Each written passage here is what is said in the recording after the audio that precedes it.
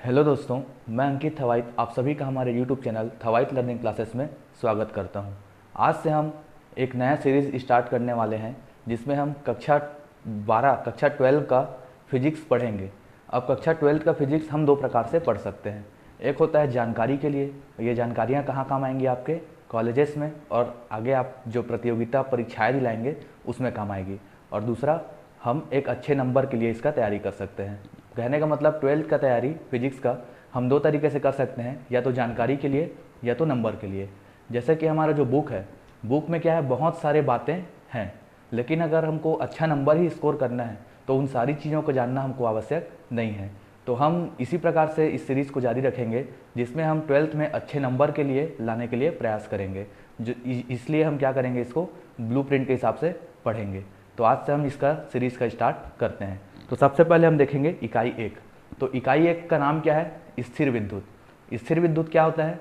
स्थिर विद्युत मतलब क्या है, ये भौतिकी का वह शाखा है, मतलब फिजिक्स का वह शाखा है जिसमें हम स्थिर आवेश के बारे में पढ़ते हैं। अब ये स्थिर आवेश क्या होता है? तो जैसा कि आप सभी जानते हो कि आवेश क्या है, एक जगह से दूसरे जगह तक यात्रा करता है, मतलब एक जगह से दूसरे जगह तक जाता है। और ये आवेश का जो फ्लो होता है, इसी से क्या होता है, करंट बनता है। जैसे कि अगर कोई वायर है, उसमें अगर हम वायर को करंट ना दें, मतलब पावर सप्लाई उसका चालू ना करें और उस वायर को छुएं, तो हमको करंट नहीं मारेगा। लेकिन वहीं पे अगर हम उस वायर को सप्लाई दे दें, मतलब स्विच ऑन कर दें, उसके बाद टच करेंगे तो क्या होगा, करंट मारेगा। तो करंट मतलब वायर तो वही है, तो एक बार करंट मारा एक बार नहीं मारा, ऐसा क्यों? क्योंकि स्विच ऑन करते ही क्या होता है, करंट फ्लो करता है। करंट क्या होता है, करंट फ्लो हो रहा है, मतलब कि आवेश क्या हो रहा है, फ्लो हो रहा है। जैसे हम मोबाइल चार्ज करते हैं, तो मोबाइल हम चार्जर जब सॉकेट में लगाते हैं और जैसे ही स्विच ऑन करते हैं तो करंट क्या होता है, वो सॉकेट से होते हुए मोबाइल तक पहुंचता है, इसीलिए क्या होता है, मोबाइल चार्ज होता है। इसका मतलब क्या है, आवेश क्या है, एक जगह से दूसरे जगह तक फ्लो करता है। तो हमें स्थिर आवेश के बारे में पढ़ना है। स्थिर आवेश मतलब इसमें क्या है, आवेश जो है फ्लो नहीं करेगा, एक जगह पे स्थित रहेगा। तो इसी को क्या बोलते हैं, स्थिर विद्युत, जिसमें आवेश जो कैसा रहेगा, स्थिर रहेगा, और उसके बारे में हम पढ़ाई करेंगे। और ये हो गया इकाई का नाम। इकाई के बाद क्या होता है, चैप्टर का नाम। चैप्टर क्या है, विद्युत आवेश एवं विद्युत क्षेत्र। अब विद्युत आवेश, इसको सबसे पहले हम जानते हैं कि आवेश क्या होता है। तो आवेश हम वही जान गए कि आवेश के फ्लो से क्या होता है, करंट बनता है। आवेश ही फ्लो करेगा तो क्या होगा, करंट बनेगा। और आवेश क्या होता है, ये एक प्रकार का गुण होता है, ठीक है, ये गुण होता है। और आवेश कितने प्रकार के होते हैं, दो प्रकार के होते हैं, एक प्लस आवेश होता है और एक माइनस आवेश, मतलब एक धन आवेश होता है और एक ऋण आवेश। आवेश को हम किससे दर्शाते हैं, क्यू से, ठीक है। तो ये दो प्रकार के आवेश हो गए, प्लस क्यू और माइनस क्यू। अब ये प्लस क्यू और माइनस क्यू ये आपस में किस प्रकार से संबंधित हैं, इसको भी जान लेते हैं। तो देखो, अगर कभी भी दो अलग अलग आवेश हैं, जैसे मान लो अगर प्लस आवेश है और माइनस आवेश है, या माइनस आवेश है और प्लस आवेश है, इस कंडीशन में दोनों आवेश क्या करेंगे, एक दूसरे को अपनी ओर खींचेंगे। जैसे चुंबक में होता है, एन और एस दो ध्रुव होते हैं, तो एन और एस अगर एन एस होगा तो आपस में क्या करेगा, वो एक दूसरे को खींचेगा।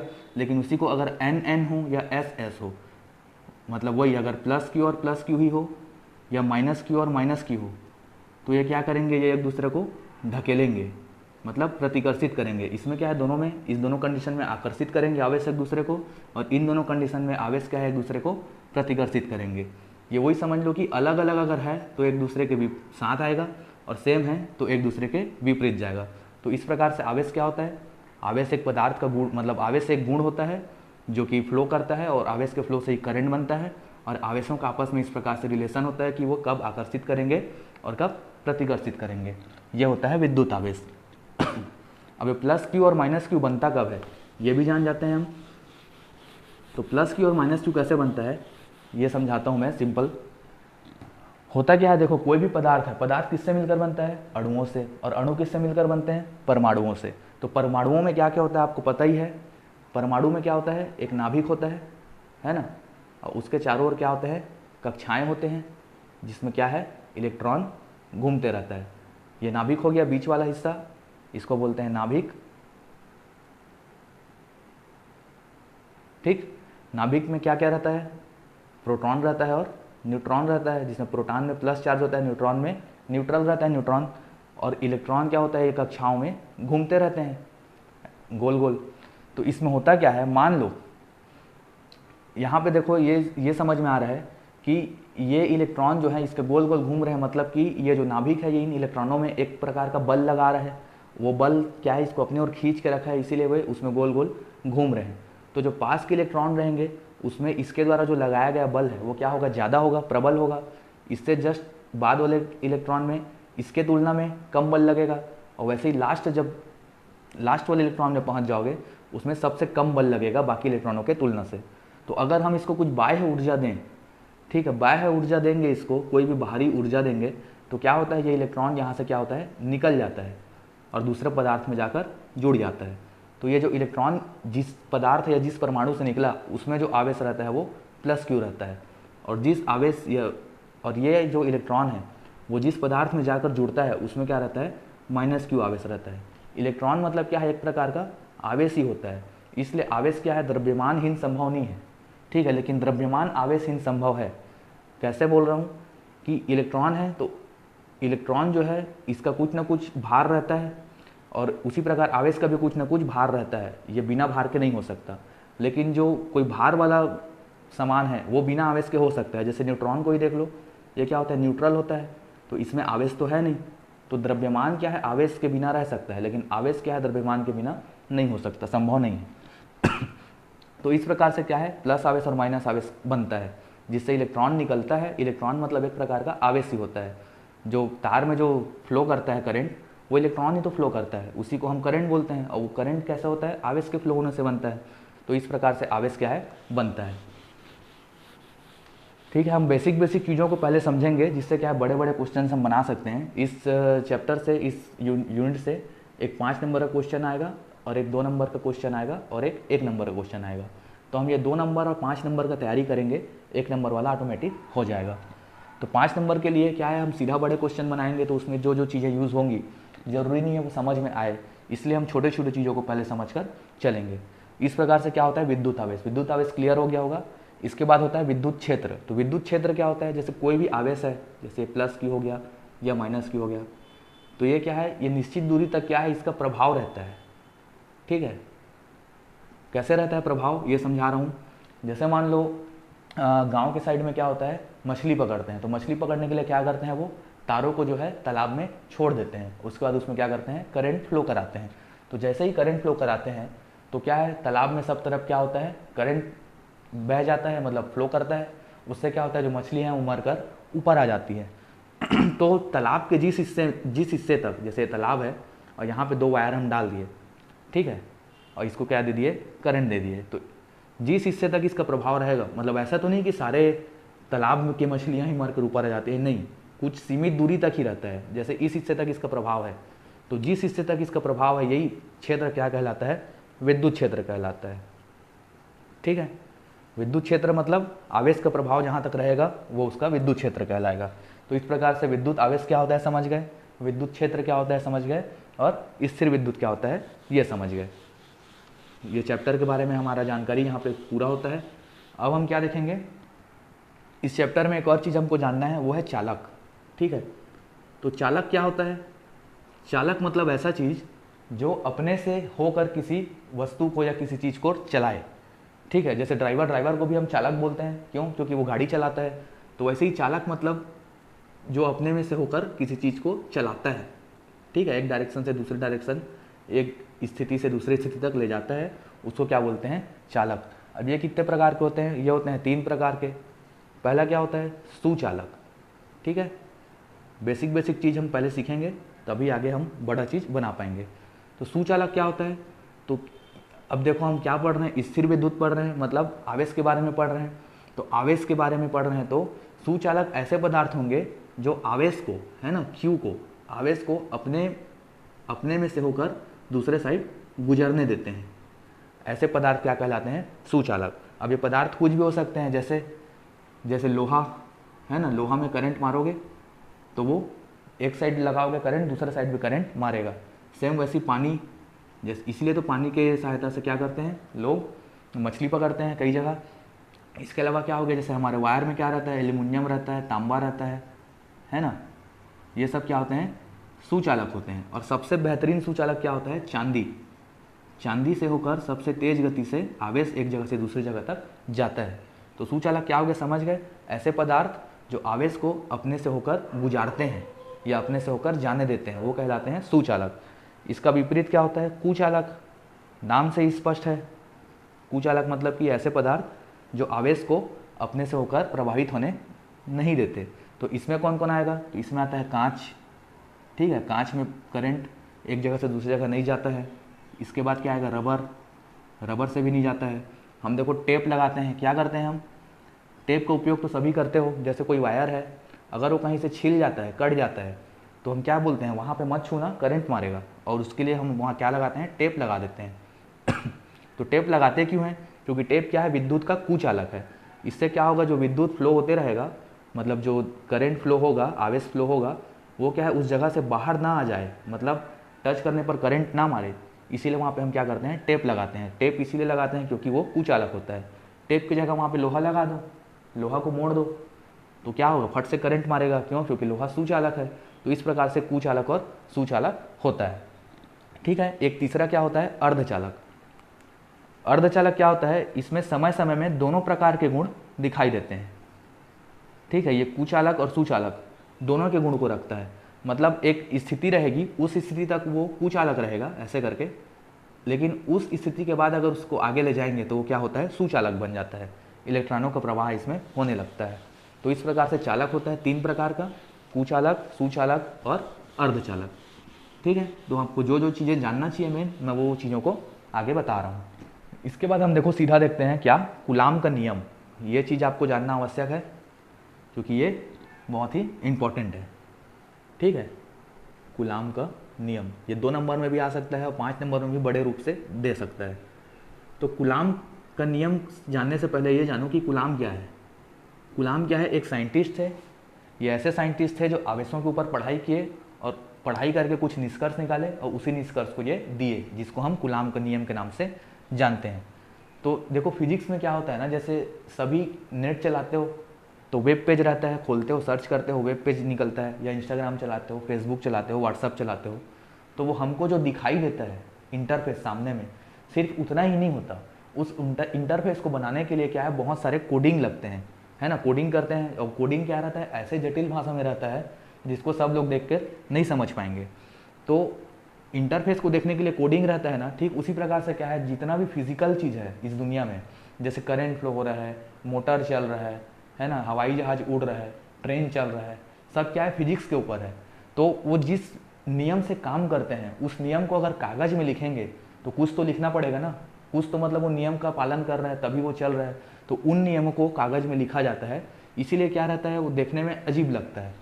अजीब क्यों लगता है, क्योंकि उसमें क्यू है, वी है, आर है, ये सब क्या है, तो ये सब क्या रहता है, वैल्यूज़ रहते हैं। इन वैल्यूज़ को एक नियम से लिखा जाता है, इसीलिए फिजिक्स जो है थोड़ा बच्चे लोगों को समझने में टफ जाता है। तो हम इसको आसानी से समझेंगे, टेंशन ना लीजिए बिल्कुल भी। तो कूलाम का नियम क्या बोलता है, कूलाम क्या किया, वो देखा कि अगर कोई भी 2 आवेश है, ठीक है, कोई भी 2 आवेश है, यहाँ पे ये Q हो गया, ये Q0 हो गया मान लो, ठीक है। कोई भी 2 आवेश है, इनके जो बीच का दूरी है, बीच का दूरी मान लो r है, यहाँ पे एक आवेश रखा है Q। अब देखो हम स्थिर, चैप्टर का नाम ही क्या है, इकाई का नाम स्थिर विद्युत, मतलब आवेश क्या रहेगा, स्थित रहेगा। ये यहाँ पे है एक आवेश यहाँ पे है, दोनों के बीच की दूरी क्या है, r है। तो ये क्या किया, पढ़ाई किया तो इसको पता चला कि इसके बीच में, दोनों के बीच में आपस में फोर्स लगेगा।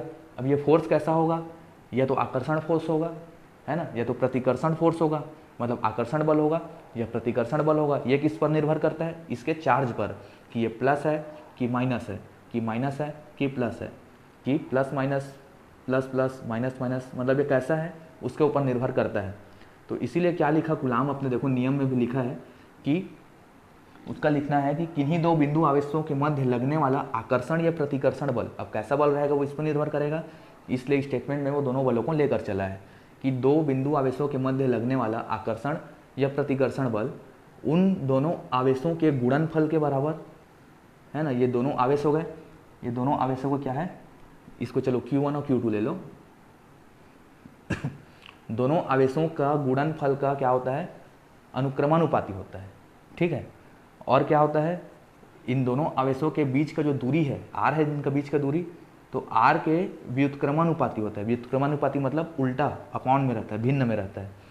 तो कूलाम अपने स्टडी से यही पाया कि जो दो बिंदु आवेश हैं उनके मध्य लगने वाला आकर्षण या प्रतिकर्षण बल उन दोनों आवेशों के गुणनफल के अनुक्रमानुपाती होता है और उन दोनों आवेशों के बीच की दूरी के वर्ग के व्युत्क्रमानुपाती होता है। अब इसको हम एक बार में एक साथ कैसे लिख सकते हैं? एक साथ लिखना होगा तो हम इसको लिख सकते हैं F proportional to Q1 Q2 upon R square, इस प्रकार से लिख सकते हैं। अब देखो यहाँ पे इस प्रोपोर्शनल का साइन को हम हटाएंगे तो उसको हटाने के लिए हम क्या है, एक नियतांक लगाते हैं k। k क्या होता है? एक नियतांक होता है, कांस्टेंट होता है जो कि माध्यम पर निर्भर करता है, ठीक है। तो k Q1 Q2 हो जाएगा अपॉन आर स्क्वायर। माध्यम पर निर्भर करता है बोलने का मतलब क्या है कि ये आवेश जो है कौन से माध्यम में रखाए हैं। जैसे जनरली अगर हम पृथ्वी में कहीं बाहरी जगह में अगर ये एक्सपेरिमेंट को करेंगे तो ये एयर में रहेंगे, हवा में रहेगा, मतलब इसके आसपास क्या है, हवा के अणु जो है उपस्थित रहेंगे। लेकिन मान लो इसको कहीं एयर टाइट जगह में करें, है ना, जहाँ पे हवा ना रहे, निर्वात रहे, तो उस जगह में इसका वैल्यू क्या आएगा, दूसरा आएगा। तो इसलिए के क्या है, उस चीज़ को डिपेंड करता है, मतलब के उसी चीज़ को दर्शाता है कि कौन सा माध्यम है। इतना समझ में आ गया कि F इक्वल टू के Q1 Q2 upon R square होता है। इसके बाद क्या है, देखो k का वैल्यू हवा में क्या होता है, एयर में क्या होता है, k का वैल्यू होता है 1/4 पाई एप्सिलॉन 0। अब ये एप्सिलॉन 0 क्या होता है, पैरावैद्युतांक, मतलब ये आवेश कैसा फ्लो होगा उसको दर्शाता है। तो अगर एयर में देखेंगे तो k का वैल्यू इतना होता है, तो क्या हो जाएगा f का वैल्यू, k के जगह में इसको रख दो तो 1/4 pi epsilon 0 Q1 Q2 upon R square. ये होता है कूलाम का नियम हवा में, एयर में। ये भी ये कूलाम का नियम है, ठीक है। अब एयर के अलावा मान लो किसी और माध्यम में रहा, ठीक है, तो उस माध्यम का परावैद्युतांक क्या रहेगा, एयर का तो लेंगे ही हम, साथ ही साथ क्या करेंगे, मान लो एयर के अलावा कहीं निर्वात में है, वो किसी दूसरे जगह है, अदर मीडियम में है, बोलने का मतलब क्या है, एयर को छोड़कर कहीं भी, अदर मीडियम। तो अदर मीडियम में क्या रहता है, इसको मिटाते हैं।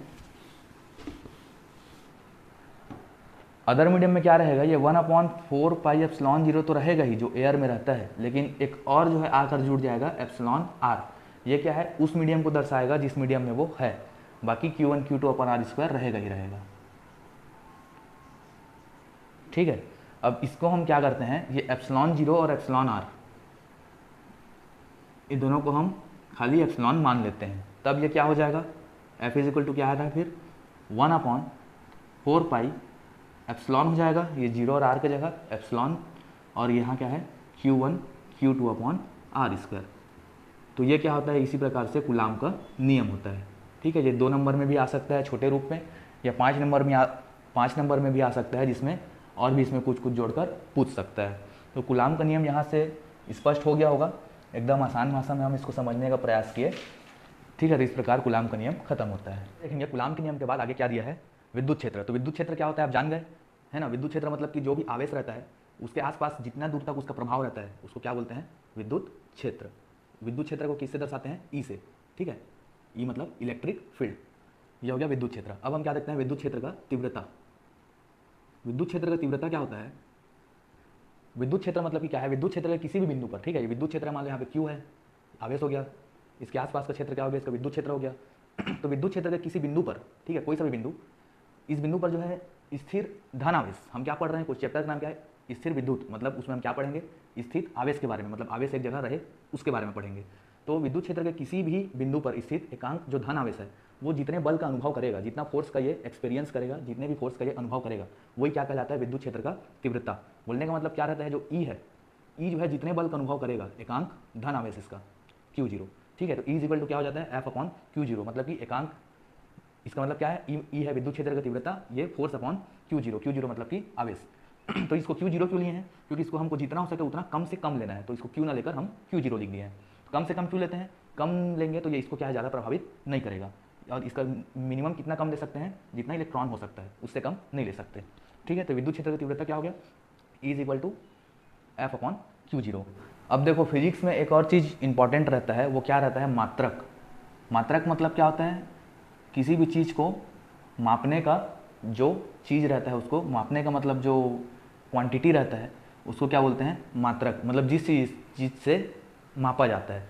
जैसे कि घर में हम जनरली क्या बोलते हैं, 1 किलो शक्कर ले आओ, 1 किलो आलू ले आओ, तो हम शक्कर और आलू को किससे नाप रहे हैं, किलोग्राम से। तो किलोग्राम से किसको मापा जाता है, ठोस पदार्थों को, ठीक है ना, ठोस पदार्थों को हम किलोग्राम से नापते हैं। सेम वैसे लीटर से किसको नापते हैं, द्रव्य पदार्थ को, मतलब तरल पदार्थ को, जैसे दूध हो गया, तेल हो गया, पेट्रोल डलवाते हैं, लीटर में डलवाते हैं। ठीक उसी प्रकार जो आवेश होता है क्यू को किससे मापते हैं, क्यू को मापते हैं कूलाम से, ठीक है, क्योंकि कूलाम ही इसका नियम दिया, इसीलिए वो अपने नाम क्या है इसके मात्रक में भी चिपका दिया कि क्यू को हम किससे नापेंगे, कूलाम से। और एफ को किससे मापते हैं, एफ होता है फोर्स को मापते हैं न्यूटन से, ठीक है, कितने न्यूटन का फोर्स लग रहा है ये बोलते हैं। तो इस प्रकार से E = F/Q आया। तो ये जो Q है वो किससे मापाएगा, कूलाम से, और F किससे मापाएगा, न्यूटन से, ठीक है। आगे देखते हैं इसको क्या लिख सकते हैं, इसका मात्रक क्या हो जाएगा फिर उस हिसाब से। F का क्या होता है, न्यूटन, है ना, अभी देखें फोर्स का होता है न्यूटन, और आवेश का क्या होता है, कूलाम। अब ये C क्या चले जाएगा, ऊपर चले जाएगा, ऊपर चले जाएगा तो क्या हो जाएगा ये NC इनवर्स, मतलब कि न्यूटन कूलाम इनवर्स। तो ये होता है E का मात्रक। F का हम जानते थे, Q का जानते थे, हमको E का चाहिए, तो E का जो फॉर्मूला होता है उसी फॉर्म में उसके मात्रक को रखोगे तो E का मात्रक आ गया। ये क्या होता है, न्यूटन कूलम इनवर्स। इस प्रकार से हो गया। अब इसका क्या होता है, विमीय सूत्र। विमीय सूत्र भी जानना आवश्यक है, तो विमीय सूत्र देखते हैं, पहले साइन से देखते हैं उसको भी। E = हम क्या देखें अभी, F/Q0। अब देखो बल का मतलब क्या होता है, बल होता क्या है, तो बल होता है द्रव्यमान, मतलब F = क्या लिखते हैं, m क्या होता है, द्रव्यमान, a क्या होता है, त्वरण, ठीक है, वेग के बाद त्वरण आता है, तो F = ma लिख सकते हैं। और Q क्या होता है, Q होता है, मैं बताया ना, आवेश बहता है। धारा क्या कहलाता है, धारा होता है आवेश बटा समय, मतलब कि एक निश्चित समय में जितना आवेश बहेगा वही क्या कहलाएगा, उसका धारा। तो Q = क्या हो जाएगा, धारा गुणित समय, ठीक है ना। Q = क्या हो जाएगा, धारा को किससे लिखते हैं, एम्पियर बोलते हैं, तो A से, और समय मतलब T से, ठीक है। तो E = क्या हो गया, F/Q था, उसको हम क्या लिख सकते हैं, ma/AT। अब ma/AT लिखने के बाद देखो अब A क्या होता है, त्वरण का क्या होता है, ये होता है मीटर/t², ठीक है, इसका यही होता है। जैसे वेग का क्या होता है, मीटर/टाइम, ठीक है। वेग का फॉर्मूला क्या होता है, वेग v = क्या होता है, डिस्टेंस/टाइम। तो डिस्टेंस को किससे मापते हैं, मीटर से, और टाइम को किससे नापते हैं, सेकंड से, मतलब टाइम से ही नापते हैं। तो यह होता है m/t वेग। और त्वरण क्या होता है, त्वरण होता है मीटर/t²।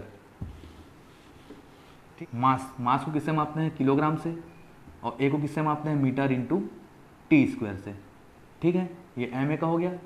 अब धारा को किससे मापते हैं, एम्पियर से, और टाइम से, टाइम को ही मापते हैं। अब देखो ये नीचे वालों को सब ऊपर ले जाओ तो हो जाएगा kg × m × t² × a, inverse हो जाएगा ऊपर जाके, × t इन्वर्स हो जाएगा। अब इसको सॉल्व करो, क्या बचेगा, kg × m, ठीक है, ये भी इन्वर्स हो जाएगा क्योंकि m/t होता है, तो t को ऊपर ले जाएंगे तो माइनस में आएगा, तो क्या हो जाएगा, t -3 और a -1। अब देखो विमीय सूत्र क्या होता है, ये m l t a इन चारों फॉर्म में लिखा जाता है, जहाँ m क्या होता है, मास होता है, l क्या होता है, लेंथ होता है, और t क्या होता है, टाइम, और a क्या होता है, एम्पियर। ये चारों चीज़ों को दर्शाता है m l a t। तो ये क्या हो जाएगा, देखो अब इसको लिखते जाते हैं। kg किसको दर्शाता है, मास को, तो हो जाएगा m। ये क्या है, मीटर किससे दर्शाता है, लेंथ को, तो हो जाएगा l। t किसको दर्शाता है, टाइम को, तो हो जाएगा t, और यहाँ क्या है, -3, तो ये -3 हो जाएगा। और a किसको दर्शाता है, एम्पियर को। तो इसका विमीय सूत्र क्या हो गया, m l t का पावर -3 और a का पावर -1, ठीक है। तो इस प्रकार से हम क्या करते हैं, विमीय सूत्र निकालते हैं। तो विद्युत क्षेत्र क्या होता है हम जान गए, विद्युत क्षेत्र का तीव्रता जान गए। विद्युत क्षेत्र का तीव्रता क्या होता है, विद्युत क्षेत्र के किसी भी बिंदु में जो एकांक धन आवेश है वो जितने बल का अनुभव करेगा वो क्या कहलाएगा, विद्युत क्षेत्र का तीव्रता। देखो आगे क्या हम देखते हैं किसी बिंदु आवेश के कारण विद्युत क्षेत्र की तीव्रता। तो मान लो एक आवेश है, बिंदु आवेश है Q, ठीक है, ये बिंदु आवेश है। यहाँ से r दूरी पर एक और आवेश है Q0। अब इसमें विद्युत क्षेत्र की तीव्रता कितना है, इसके कारण ये हमको निकालना है। तो कैसे निकालेंगे, हमको कूलाम का नियम अभी हम देखें, उससे हम क्या समझे कि जो फोर्स क्या होता है वो होता है 1/4πε0 Q1 Q2 अपॉन r² होता था। तो इसमें Q1 की जगह Q है और Q2 की जगह Q0 है, तो Q into Q0 upon r²। ये कूलाम का नियम यही बोलता है, मतलब दो आवेशों का गुणनफल और उनका बीच के दूरी का वर्ग दोनों के क्या होता है, अनुक्रमानुपाती होता है, व्युत्क्रमानुपाती दोनों होता है। ये क्या होता है, K होता है जो माध्यम पर निर्भर करता है। हम जनरली पृथ्वी में करते हैं तो हम इसको एयर में मानकर चलते हैं, तो एयर में वो 1/4πε0 होता है। उसके बाद हम क्या देखें, विद्युत क्षेत्र का तीव्रता, ये क्या होता है, force upon Q0, F upon Q0। अब इस F का वैल्यू को यहाँ पे लाकर हम रख देते हैं, तो E इज इक्वल टू तब क्या आ जाएगा, E इज इक्वल टू हो जाएगा 1/4πε0 Q into Q0 upon r²। ये F का वैल्यू हो गया, और यहाँ पे अपॉन में वो क्या है, Q0 बचा हुआ है, तो Q0 हो जाएगा। अब देखो यहाँ से Q0 और Q0 कैंसिल हो गया, तो E का फाइनली वैल्यू कितना मिल गया हमको, 1/4πε0 Q अपॉन r²। यही होता है फॉर्मूला किसका, किसी भी बिंदु आवेश के कारण विद्युत क्षेत्र की तीव्रता का। अब इसका क्या होगा मात्रक, मात्रक हम देखे थे क्या होता है इसका, न्यूटन कूलाम इनवर्स, इससे निकाले थे। इसका न्यूटन होता है, इसका कूलाम होता है, कूलाम ऊपर जाके इनवर्स हो जाएगा, तो न्यूटन कूलाम इनवर्स होता है विद्युत क्षेत्र का तीव्रता का मात्रक। ठीक है, यहाँ से ये क्लियर हो गया। इसके बाद आगे हमें जो चीज़ जानना है वो इंपॉर्टेंट चीज़ क्या है, विद्युत द्विध्रुव। ठीक है, क्या है विद्युत द्विध्रुव। तो विद्युत द्विध्रुव क्या होता है, ये क्या होता है, कोई भी दो अलग अलग आवेश, मतलब विजातीय आवेश, मतलब एक प्लस होगा तो एक क्या होगा माइनस। दो विजातीय आवेश क्या है, जब ये मान लो ये दोनों है, ये दोनों एक दूसरे से अल्प दूरी पर हो, अल्प दूरी को हम 2a मान लेते हैं। अगर दो विजातीय आवेश एक दूसरे से अल्प दूरी पर हो तो इसको क्या बोलते हैं, विद्युत द्विध्रुव। और इसका क्षेत्र, इसका प्रभाव जितने दूर तक रहेगा, ठीक है, ये दोनों का प्रभाव रहेगा, इसका मान लो यहाँ तक है, इसका ऐसे हो जाएगा, तो जहाँ तक इसका प्रभाव है उसको क्या बोलते हैं, द्विध्रुव क्षेत्र। ठीक है, ये विद्युत द्विध्रुव क्या होता है समझ गए, मतलब जिसमें दो ध्रुव रहेंगे, दो ध्रुव जैसे उसमें होता है नॉर्थ पोल और साउथ पोल होता है, तो ऐसी विद्युत में क्या होता है, प्लस की होता है और माइनस की होता है। तो ये दोनों एक दूसरे के विपरीत हैं, तो दो विजातीय आवेश जो है एक दूसरे से अल्प दूरी पर रहते हैं, तो उसी को क्या बोलते हैं, द्विध्रुव बोलते हैं, विद्युत द्विध्रुव। आगे इसी में हमको बढ़ाकर देखना है क्या, कि विद्युत द्विध्रुव का आघूर्ण, आघूर्ण मतलब क्या है, उसका मूवमेंट, मतलब उसका मूवमेंट होता है तो क्या होता है ये जानना है। तो इसको जानने के लिए हम क्या करेंगे, मान लो यहाँ पे हमारे पास दो बिंदु आवेश है, ठीक है, ये Q हो गया, ये मतलब जो भी बिंदु आवेश रहेगा वो विजातीय रहेगा, मतलब एक प्लस रहेगा तो एक माइनस रहेगा। ये दोनों एक दूसरे से क्या है, 2a दूरी पर हैं, अल्प दूरी है ये 2a।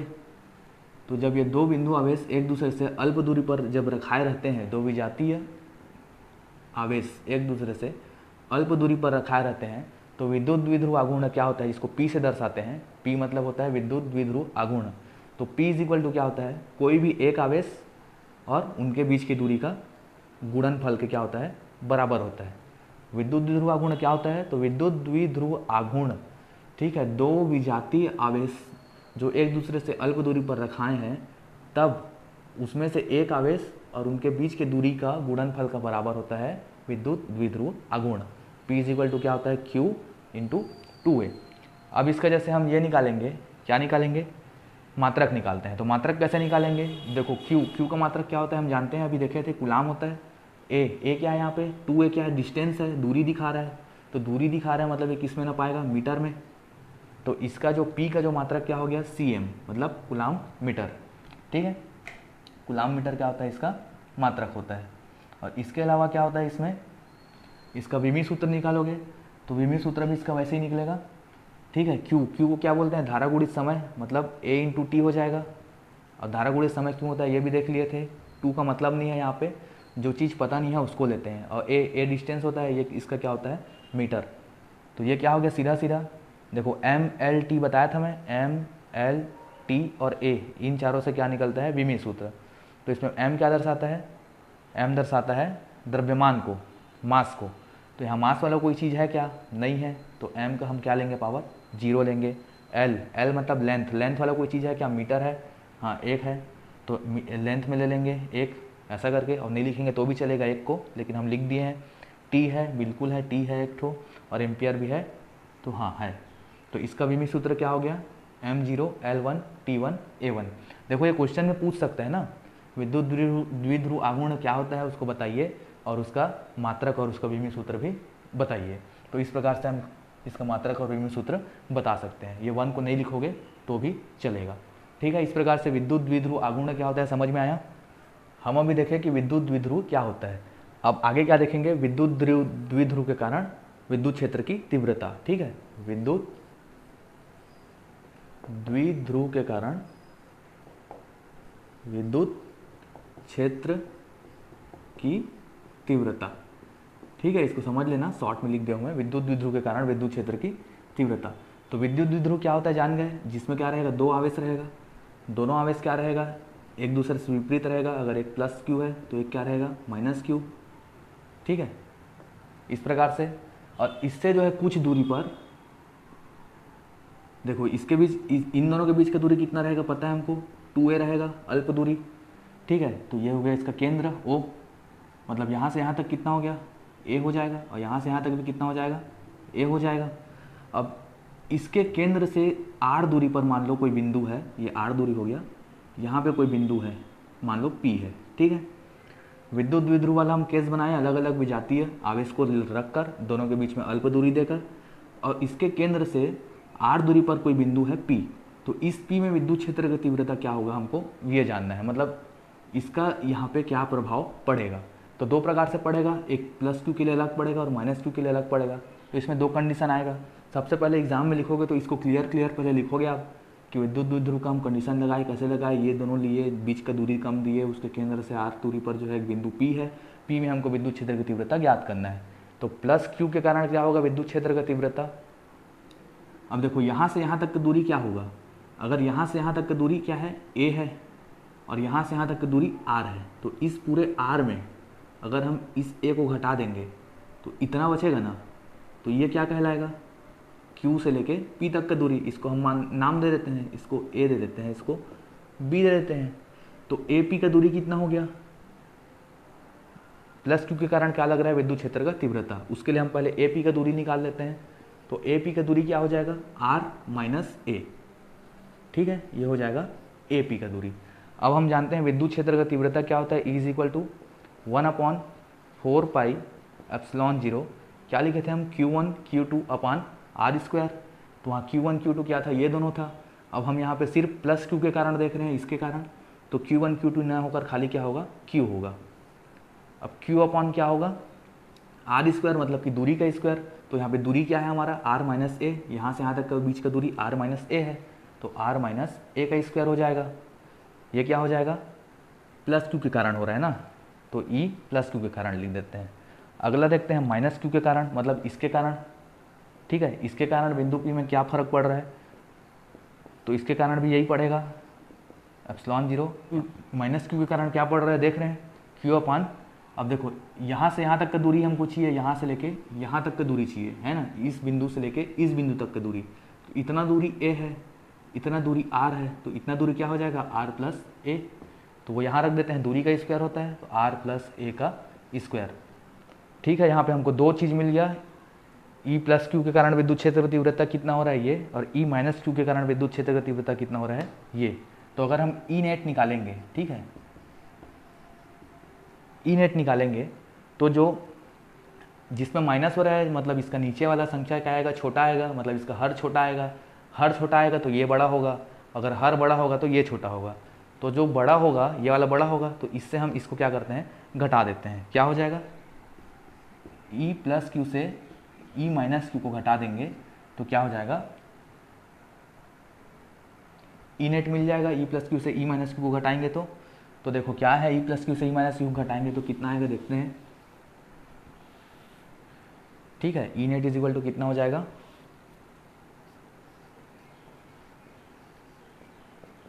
प्लस Q वाला मान क्या है हमारे पास, 1/4 4π/0 Q/r माइनस ए का स्क्वायर।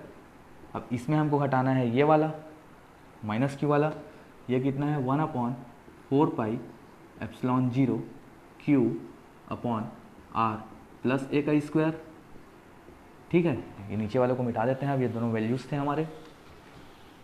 अब इसमें इसको घटाएंगे तो क्या बच रहा है, देखो कॉमन क्या है दोनों में, दोनों पक्षों में कॉमन है, उसको हम निकाल लेते हैं। तो 1/4π/0 दोनों में है, देखो यहाँ भी है यहाँ भी है, और दोनों में q भी है, तो q को भी ऐसे करके बाहर निकाल लेते हैं। इतना आ गया बाहर। अंदर क्या बचा 1/r माइनस ए का स्क्वायर बचा यहाँ से, और यहाँ बीच में माइनस है, यहाँ से क्या बच रहा है हमारे पास r प्लस ए का स्क्वायर बच रहा है। ठीक है, अब इसको सॉल्व कैसे करेंगे, तिर्यक गुणा, इसका इधर और इसका इधर, और इनका आपस में नीचे नीचे गुणा।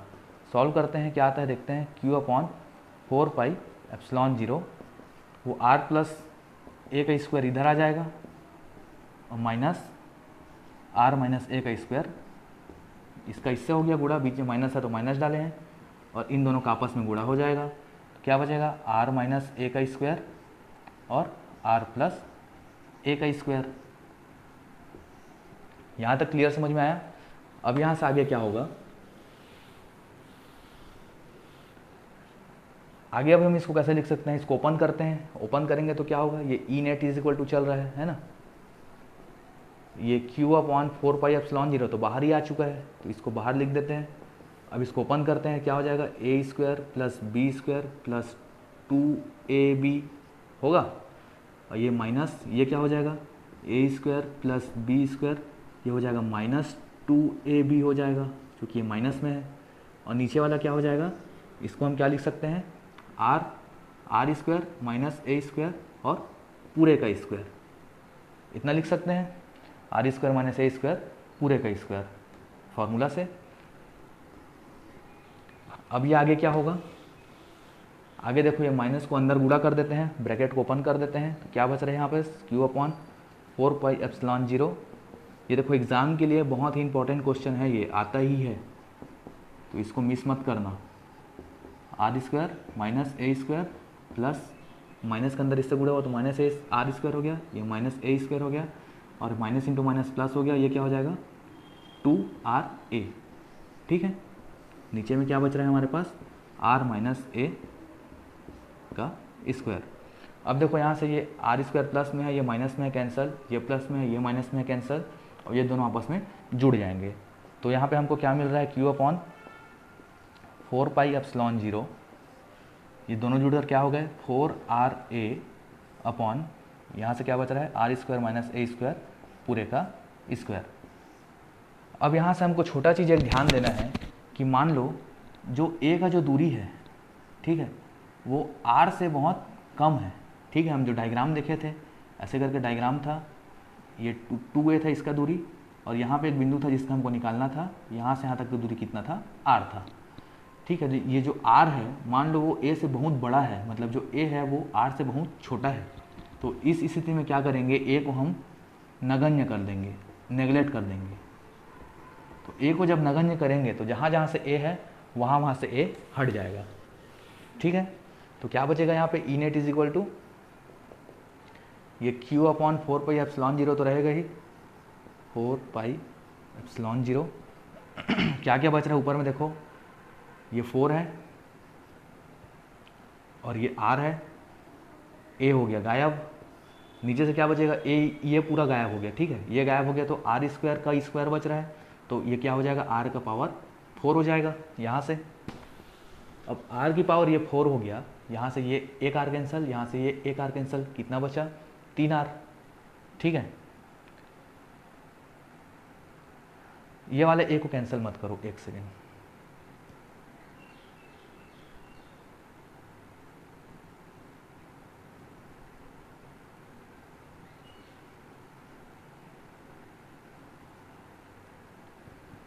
ठीक है, a को क्या करेंगे हम नगण्य मान लेंगे, तो a को नगण्य मानेंगे तो ये नीचे वाले से a क्या हो जाएगा गायब हो जाएगा। ऊपर वाला a का क्या होगा देखो मैं बताता हूँ, ये 4 को हम क्या लिख सकते हैं 2। ठीक है, यहाँ पे क्या है q है और यहाँ पे क्या है a है। अब देखो ये Q इंटू 2a मतलब एक आवेश और उन दोनों आवेशों के बीच का दूरी, इसको क्या बोलते थे? विद्युत द्विध्रुव P, इसको P बोलते हैं। स्टार्टिंग में देखें हम, तो हम क्या करेंगे, यहाँ पे इसको भी लेके चलते हैं, ठीक है। नगण्य वाला इसके बाद स्टेप में आएगा। इतना हो गया।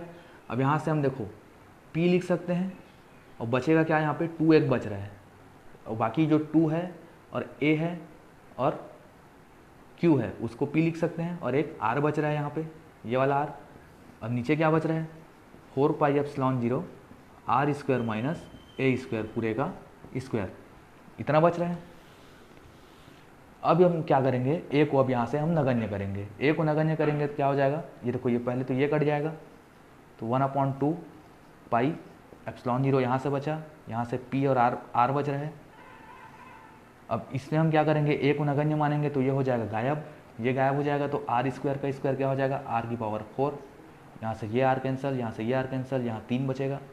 इसको क्या लिख सकते हैं आगे, या ऊपर में सिर्फ P बचा, 1/, ये क्या हो गया 2 पाई एप्सिलॉन 0, ये जो P बचा है वो P हो गया, और ये R के पावर 3 यहाँ पे बचा हुआ है।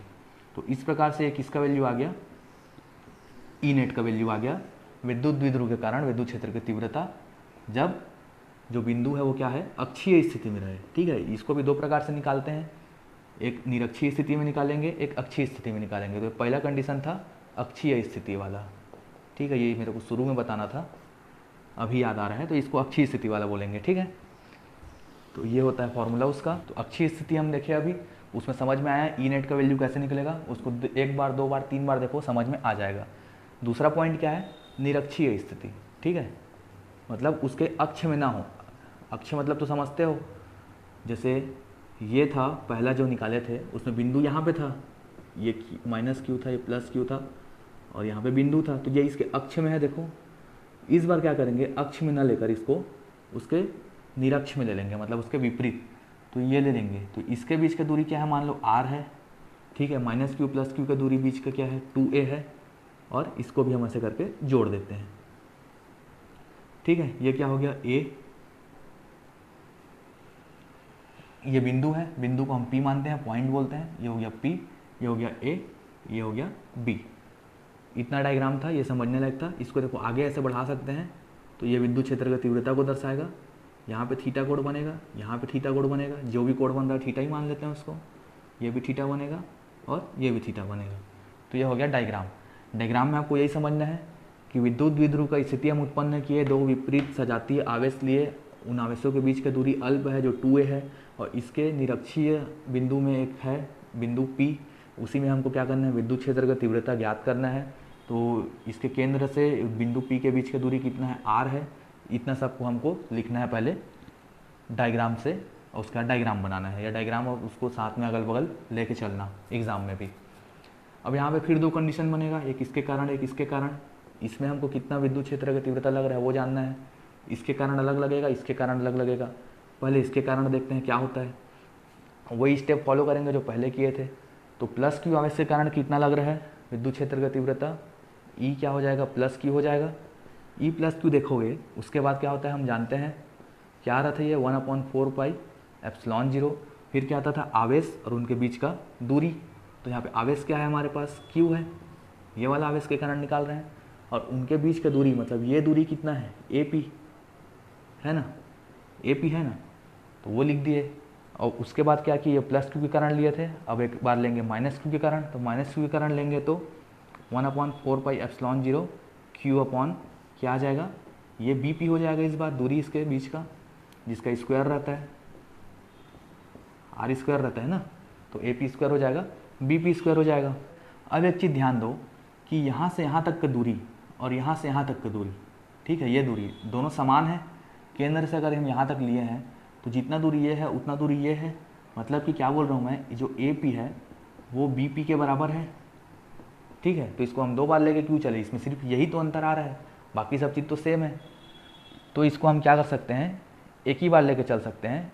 ई नेट क्या हो जाएगा, ई नेट क्या हो जाएगा 2E, और साथ में इसमें एक कॉम्पोनेंट उठेगा, वो कॉम्पोनेंट रहेगा cos 2 थीटा अपॉन 2।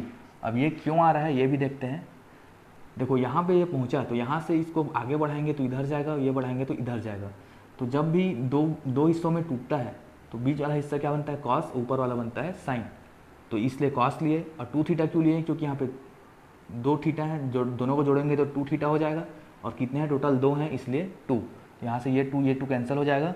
तो E net is equal to क्या बच रहा है हमारे पास, 2e कॉस थीटा, इतना ही बच रहा है।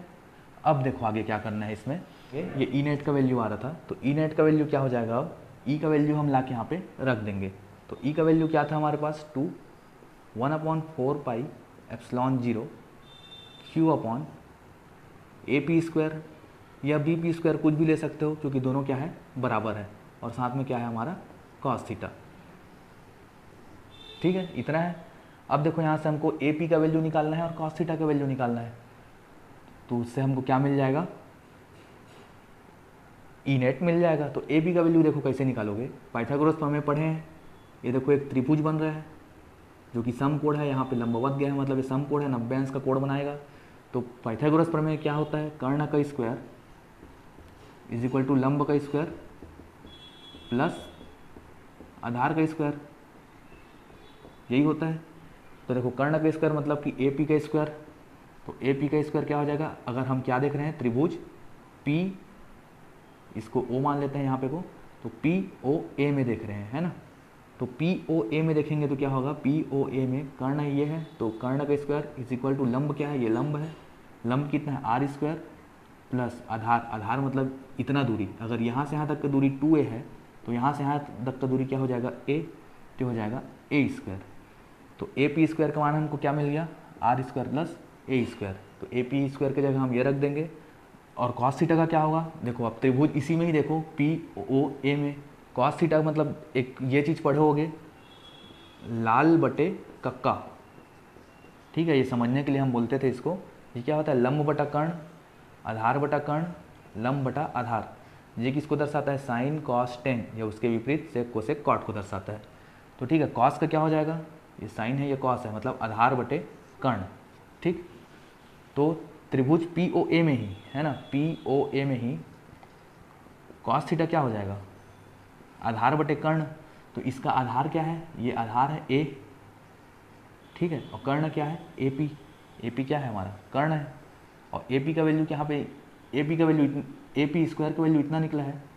ठीक है, तो ए पी का वैल्यू क्या हो जाएगा, यहाँ से रूट में आ जाएगा यही चीज़, root of R square plus A square.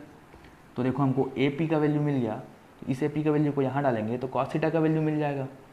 ठीक, तो हमको कॉस थीटा का वैल्यू भी मिल गया और ए पी स्क्वायर का भी वैल्यू मिल गया, दोनों को हम क्या करते हैं, इसमें रख देते हैं, तो हमारा ई नेट निकल जाएगा। ये क्या हो जाएगा, 2 1/4 पाई एप्सिलॉन 0, क्यू की जगह क्यू ही रखो, ए पी की जगह आ जाएगा हमारा, ए पी स्क्वायर की जगह आ जाएगा R square plus A square. ठीक है, और कॉस थीटा की जगह क्या आ जाएगा हमारा, ए अपॉन ए पी। तो ए क्या है हमारा, दूरी है, उसको ए ही रखते हैं, A upon A P. A P कितना आ रहा है, आया root of R square plus A square. ठीक, इतना तक क्लियर है। अब यहाँ तक आ गया तो आगे फिर कुछ खास बचा नहीं है। अब देखो यहाँ पे फिर से ये 2 है, ये q है, ये a है, मतलब क्या हो गया, ये 2aq हो रहा है। 2aq मतलब ये दोनों का बीच का अल्प दूरी है, ये एक आवेश है, इसको क्या बोलते हैं, विद्युत द्विध्रुव, मतलब कि p। तो इतने की जगह हम p लिख सकते हैं। ठीक है, तो ये 2q और a को हटा के हम लिख देते हैं p। नीचे में क्या है यहाँ पे, 4 पाई एप्सिलॉन 0 और R square plus A square. अब ये रूट में है, रूट में है मतलब कि क्या है, ये 1/2 है ना। जैसे रूट ए है, इसका मतलब क्या है, ये ए की पावर 1/2 होता है। तो सेम वैसे ही ये सब रूट में है, मतलब कि ये क्या है, आर प्लस ए, ये दोनों स्क्वायर का क्या है, ये 1/2 है। ठीक है, इतना क्लियर हो गया। इसका पावर 1/2 है। अब यहाँ से हम क्या करेंगे, देखो फिर से, फिर वही वाला देखते हैं कि अगर जो a है वो r से बहुत छोटा है तो a को हम क्या मान लेते हैं, नगण्य। ठीक है, नेगलेक्ट मार देते हैं इसको। तब क्या हो जाएगा, p/4 पाई एप्सिलॉन 0 यहाँ से क्या बचेगा, ये गायब हो जाएगा और ये गायब हो जाएगा, तो यहाँ से ये बचेगा आर स्क्वायर, ठीक है। यहाँ से क्या बचेगा, ये गायब हो गया, आर स्क्वायर का पावर 1/2 क्या हो रहा है, ये आर स्क्वायर का पावर 1/2, तो ये स्क्वायर और स्क्वायर कैंसिल हो जाएगा, तो खाली आर का पावर 1 बचेगा, तो यहाँ पे क्या बचा, आर की पावर 1। यहाँ से ई नेट फिर क्या आ जाएगा हमारा, ई नेट आ जाएगा 1/4 एप्सिलॉन 0, यहाँ से बच रहा है पी और नीचे में बच रहा है आर का पावर 3। इस प्रकार से क्या हो गया हमारा, निरक्षीय जब स्थिति में रहेगा तो फिर विद्युत द्विध्रुव के कारण किसी बिंदु पर विद्युत क्षेत्र की तीव्रता दूसरे कंडीशन का मतलब निरक्षीय स्थिति का, ठीक है। तो इसी प्रकार से हमको ये दोनों निकालना रहता है। तो आज के वीडियो के लिए इतना ही रखते हैं, जिसमें हम बेसिक चीज़ जाने, जो इकाई का नाम है उसके बारे में और जो चैप्टर का नाम है उसके बारे में, और छोटे छोटे चीज़ों को हमने जाना, और साथ ही इंपॉर्टेंट क्वेश्चन 2-3 लगाए। इसमें मेन इंपॉर्टेंट क्वेश्चन है गॉस प्रमेय, जिसको हम अगले वीडियो में कवर कर लेंगे। तो इन दोनों वीडियो को अगर आप देखते हैं तो आपका चैप्टर 1 से जो भी क्वेश्चन आए वो 100% बनेगा। तब तक आप इसको बनाकर देखिए एक बार खुद से। हम मिलेंगे अगले वीडियो में।